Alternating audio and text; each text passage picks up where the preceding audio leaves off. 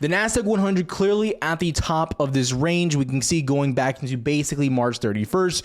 We've just kind of trended back and forth, back and forth. Now, what I will say is so far, bears have gotten weaker at this level. That being said, this week specifically, we have a lot going on. We have CPI coming out tomorrow. I'm going to give you my opinion, what's happening there, and some big things that were said by Fed Bullard today. But also, too, I want to talk about the debt ceiling, right? We have a lot of this negative notion coming out behind this. And if there's any negative, I'll say this. If there's any negative out there, you would assume it would come from the side of the ones offering the deal, primarily the Republicans from the House, right? Because right now you basically have Biden saying, I'm not going to negotiate. You have the Republicans saying, look, this is the deal that we're willing to do.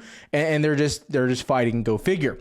Now, what did the leader, the one who drafted this, the one who's really getting rejected right now, like your middle school, you just, professed your love to your crush. And she said, yeah, I'm sorry, just not going to happen, Timmy.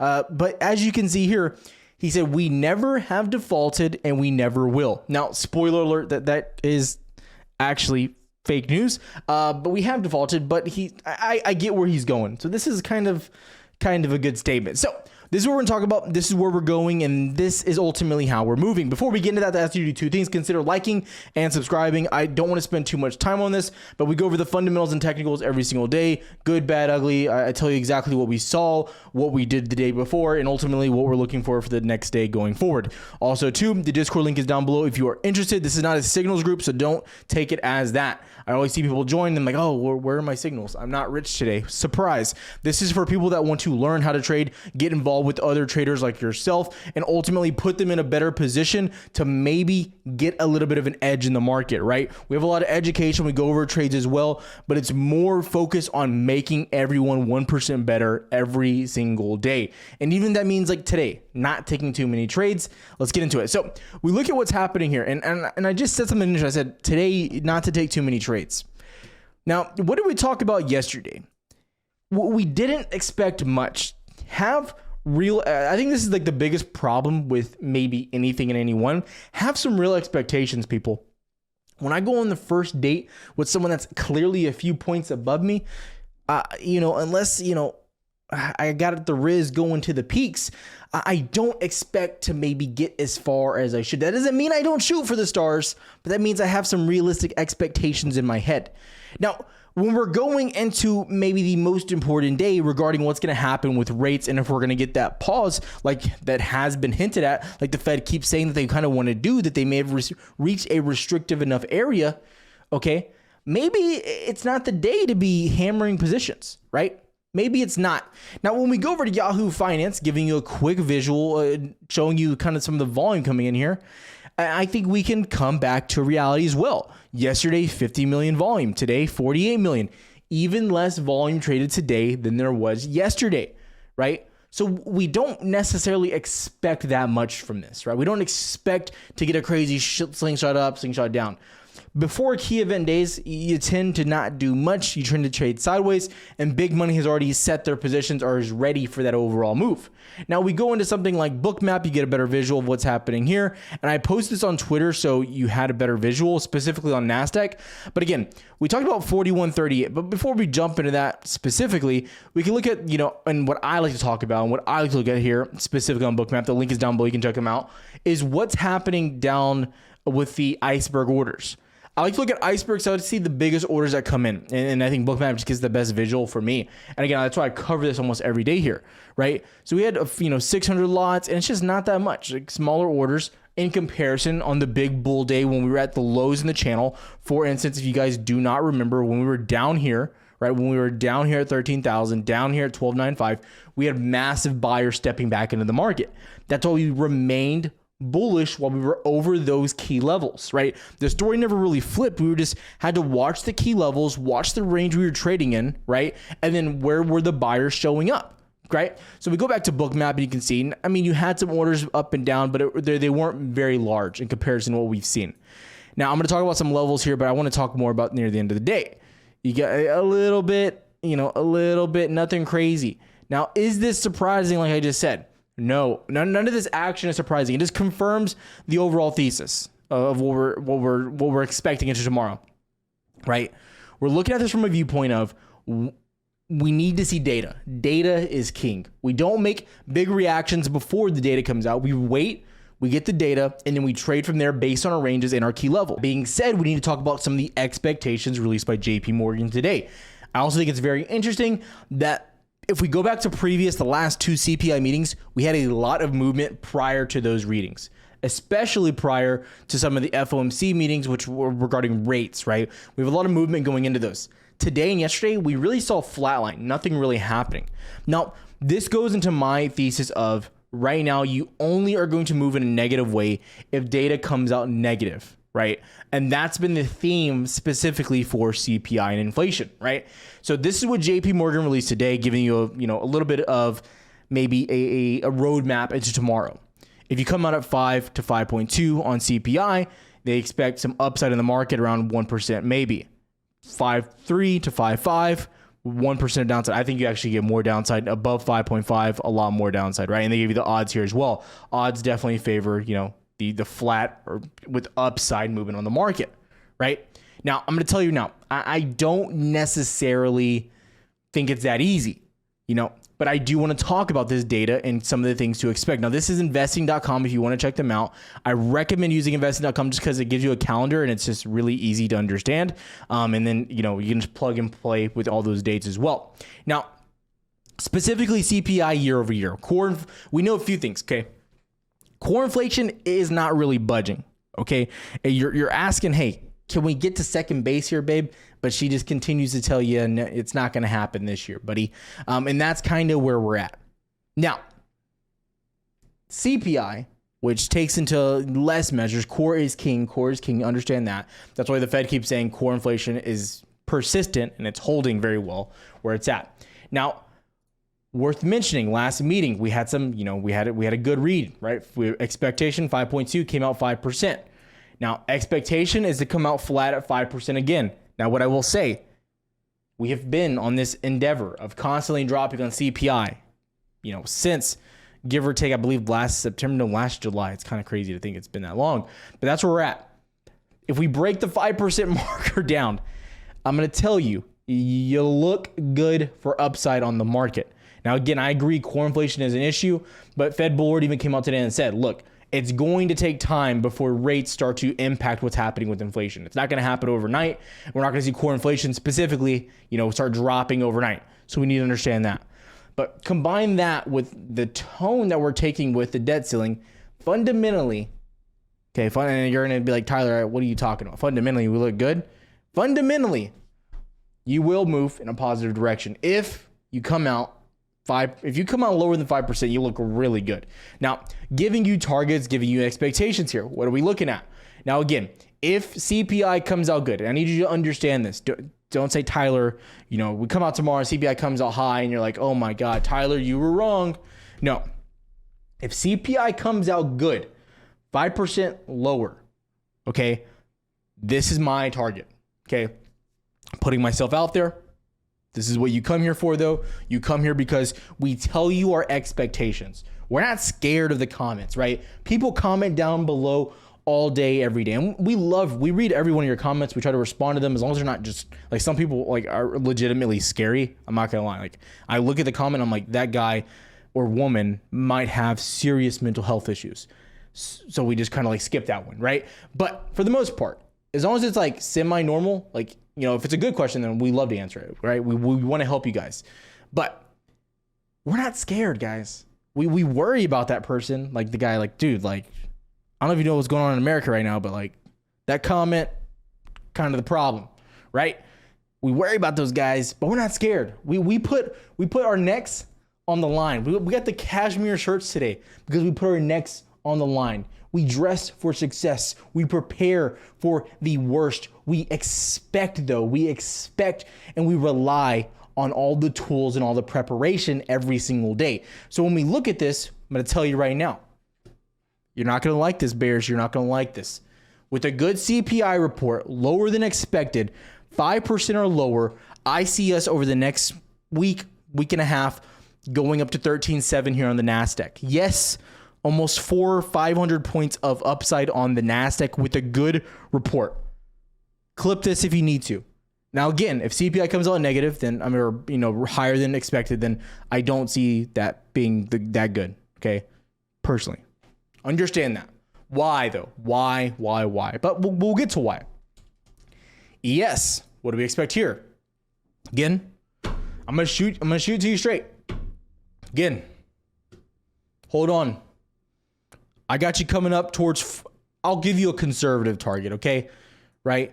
If you break above 4,200, which I believe you will, break 4,200 with good CPI numbers, lower than expected. I believe we push towards 4,300 in a hurry. I believe we see banks start to recover quickly as well from that. Now, am I saying the banking crisis is over? No. But I'm telling you, the market will take good CPI readings and they will turn it and twist it into a narrative of they're going to pause. This is good for banks. The concern is over. Yippee-ki-yay. That's how we will turn it. Understand this? I'm just the messenger, okay? And I'm just saying, if you look back at history, put that on the bank, baby. But if we move forward, that's what we're looking for. We're looking for that upside test. Now, I want to humor you with the bear case. I want you to just listen close, though. If we look at the bear case on this, in my opinion, this is I would have to look at this a little bit more carefully on the bear case. But even with the downside looking at here on the market or anything along those lines, your downside is limited, in my opinion. Right? We get below 4,100 with bad data. I think you could slowly move down towards 39.90, 4K.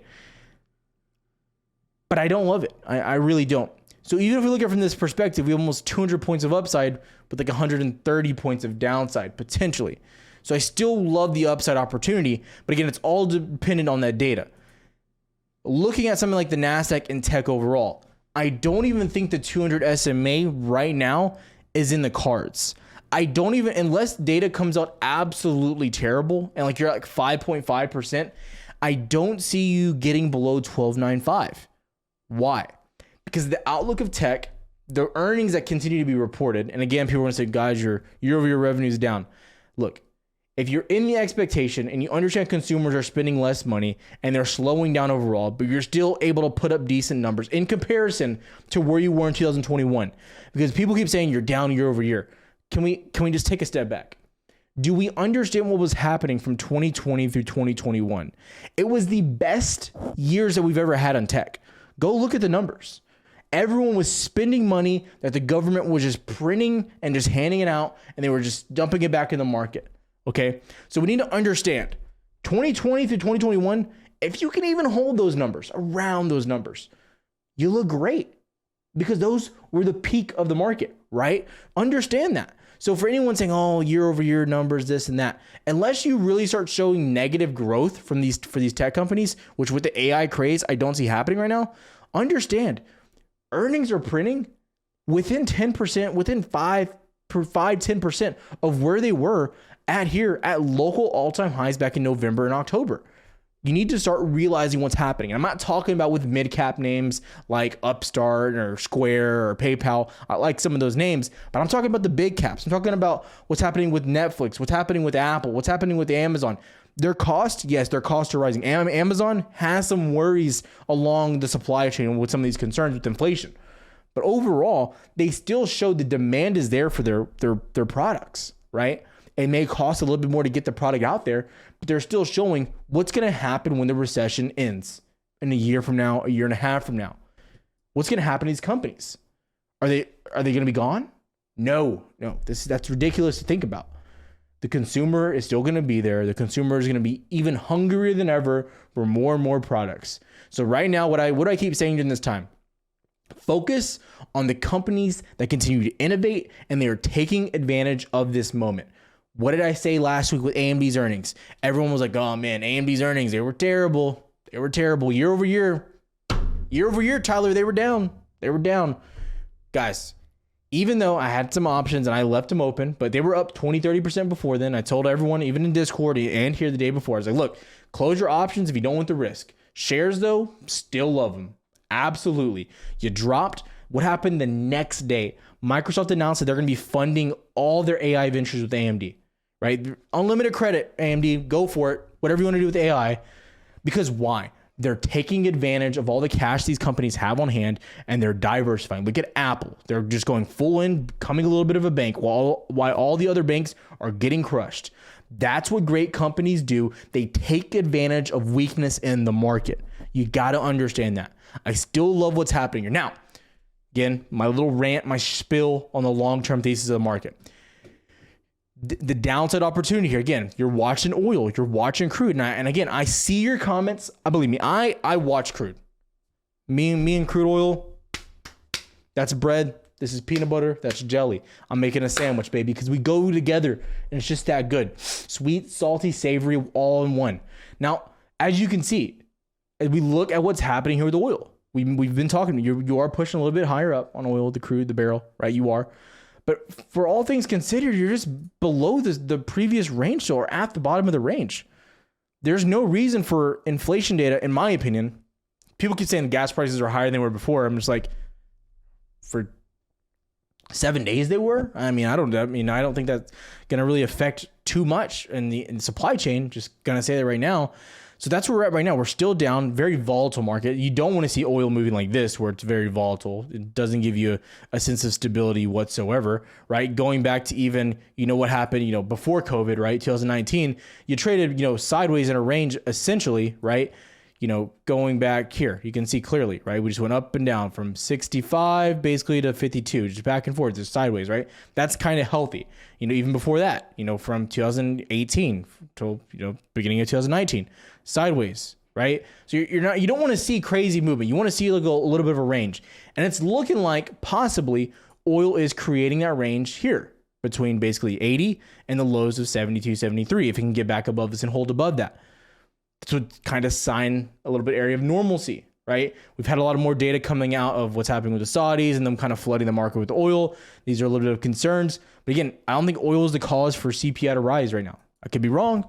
I was definitely concerned when he popped up to 82, but you just fell right back down. Again, things to be looking at.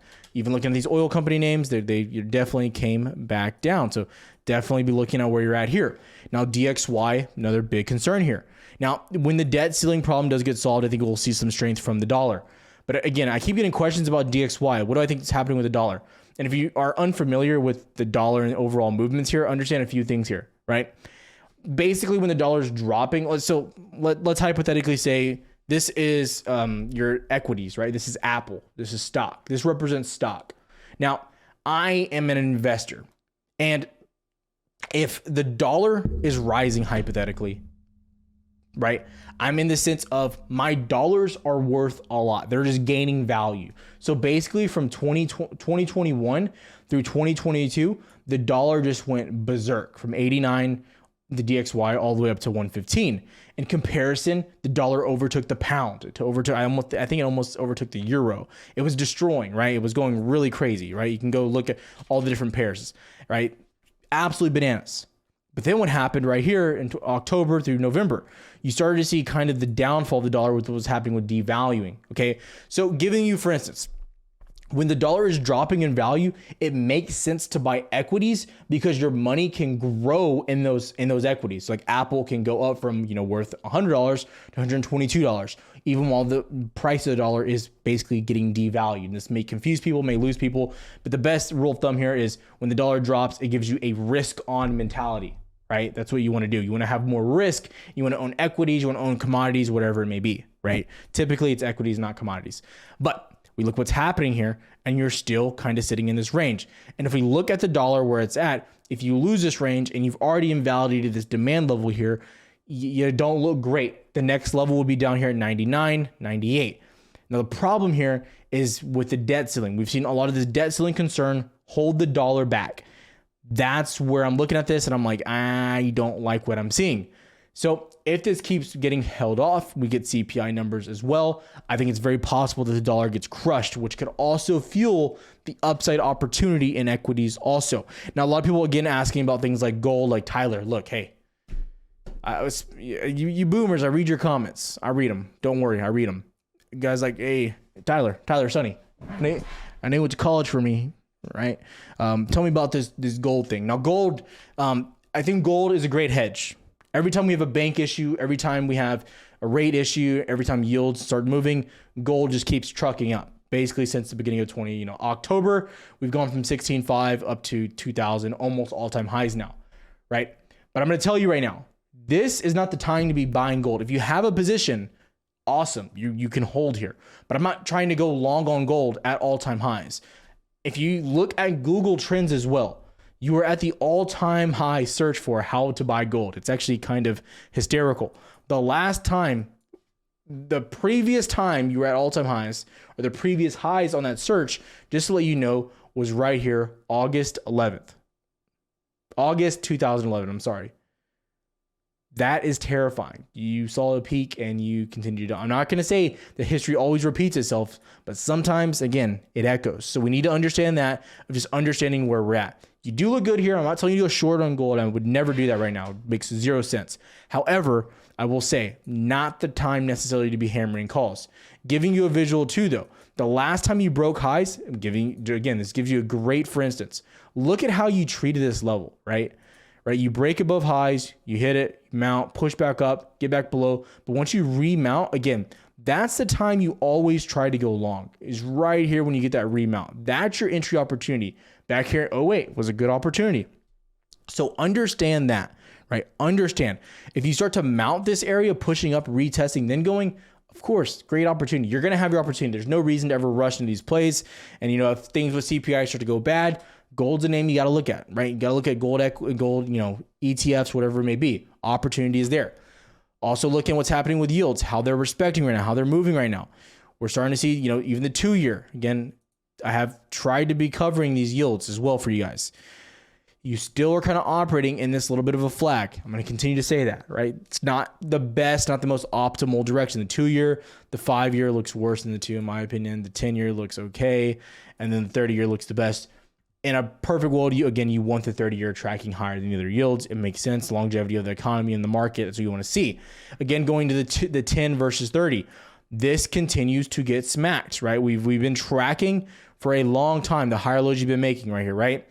You're at 91, 92% still inverted. You're not inverted anymore with the 10 over the 30, which was the best tracker, but you continue to climb back down. I've continually said the 10 versus 30 is my favorite tracker of understanding when the market is maybe topping, when the market has potential to start dropping. It's when inflation is spiking, right? We've seen this. We really saw the peak back here in December when you kind of ran to this high. The banking collapse caused some issues where you started spiking again. But overall, we've only seen downside here. So again, something to keep your eyes on, something to be watching. But we're seeing the strength on the 30-year rise back again. And that's what you want. That's what you want to see. You want to see the 30-year rise versus the other yields. Okay. So again, not terrible, not bad. This is exactly what we want to see. VIX, last thing I'll cover here. VIX, again, at the bottom of this range. If you want to hedge your account, I think VXX, great hedge. Okay. If you're trying to go hedge shares specifically, Jay's been telling everyone in Discord as well. Into these meetings, he's had VIX shares, right? On any type of pop, giving you a visual. What happened when you had the bank crisis, when you had some of that downside? It wasn't even really that big of a downside push in comparison. You went from 43 up to 60, 50% move on VXX. Go look back in, early January when he's dropped to the downside, right? VXX ran like crazy. Okay. This was last year, right? But you saw some crazy sporadic moves here.